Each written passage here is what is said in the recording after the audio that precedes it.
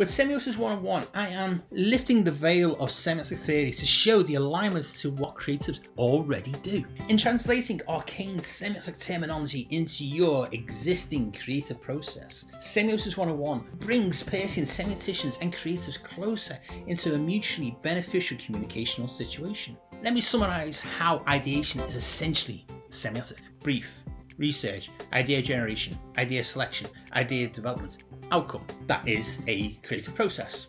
It is not linear, as each step in itself is fluid. Next week we will explore this semiotic topic with the design double diamond. The brief sets the communicational problem to solve. Research provides the creative with contextual knowledge to provide understanding and insights into both the brief's topic and the target audience. These insights provide initial ideas.